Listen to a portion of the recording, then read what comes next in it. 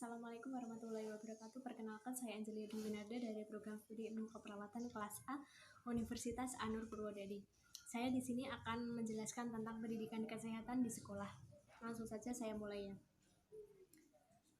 Apa sih PHBS itu? PHBS atau perilaku hidup bersih dan sehat adalah suatu kumpulan praktik perilaku atas dasar kesadaran dari hasil pembelajaran yang menjadikan individu, kelompok, ataupun masyarakat dapat menolong dirinya sendiri secara mandiri dalam bidang kesehatan, sehingga dapat meningkatkan derajat kesehatan masyarakat.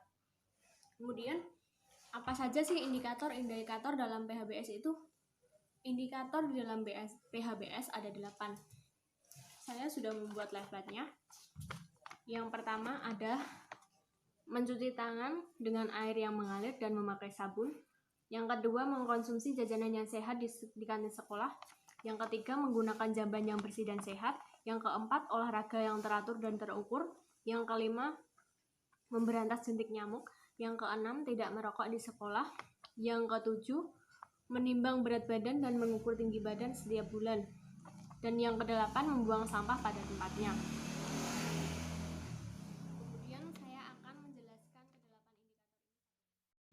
Menjelaskan ke-8 indikator ini satu persatu. Dari yang pertama, mencuci tangan dengan air yang mengalir dan memakai sabun.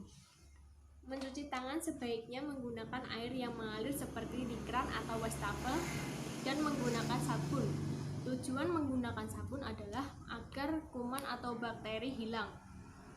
Yang kedua, mengkonsumsi jajanan yang sehat di sekolah. Mengkonsumsi jajanan yang sembarangan dapat menyebabkan gangguan kesehatan. Di sini saya ada tips untuk mengkonsumsi jajanan sehat dan memilih jajanan yang sehat. Yang pertama, saya akan menjelaskan tips memilih jajanan yang sehat di sekolah. Caranya, yang pertama, dapatkan jajanan di tempat yang bersih, dan yang kedua, pilih jajanan yang disajikan oleh penjual yang bersih.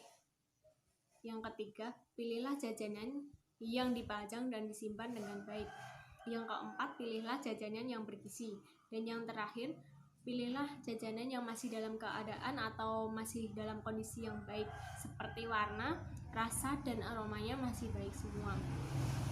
Kemudian selanjutnya, tips mengkonsumsi jajanan yang sehat. Tipsnya adalah, yang pertama, pastikan tangan Anda dalam keadaan bersih. Cucilah dengan air yang mengalir dan sabun. Cermati label seperti halal, kadaluarsa, komposisi, kandungan gizi, dan masa berlakunya. Kemudian pastikan masa berlaku masih aktif ya. Yang terakhir, pastikan jajanan atau makanan memiliki izin edar dari BPOM. Kemudian pastikan juga jajanan atau makanan tersebut masih dalam keadaan yang baik ya. Kemasannya yang baik, seperti tidak berlubang, tidak sobek, tidak berkarat, dan tidak penyok. Kemudian kita langsung ke indikator yang ketiga, menggunakan jamban yang bersih. Buanglah air kecil dan air besar di jamban, jangan di sembarang tempat, agar lingkungan kita tetap sehat dan bersih. Jarak pemasangan antara septic tank dan sumur minimal 10 meter. Kemudian yang keempat, indikator yang keempat adalah olahraga yang teratur dan terukur. Olahraga adalah aktivitas fisik ataupun psikis yang berguna untuk menjaga dan meningkatkan kualitas kesehatan. Berolahraga hendaknya teratur sesuai jadwal yang telah terukur sesuai kemampuan pelakunya. Berolahraga dapat menghindarkan kita dari berbagai penyakit, antara lain stroke, jantung, obesitas, osteoporosis, serta dapat membuat otot tubuh semakin menarik atau membentuk otot tubuh.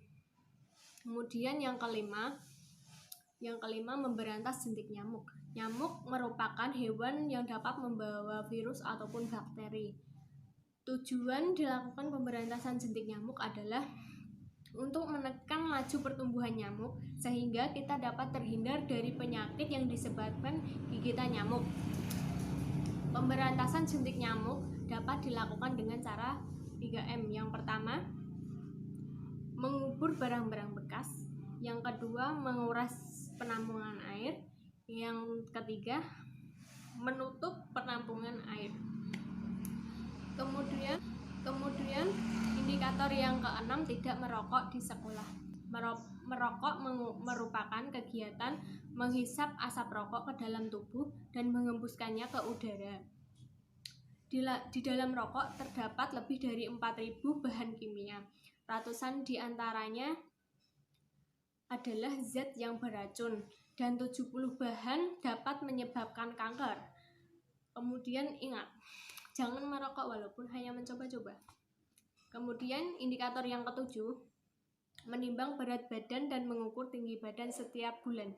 Kegiatan ini dilakukan untuk mengetahui status gizi siswa. Jika didapatkan status gizi siswa yang berlebihan, dapat dilakukan olahraga sebagai sarana untuk mengembalikan status gizi siswa tersebut.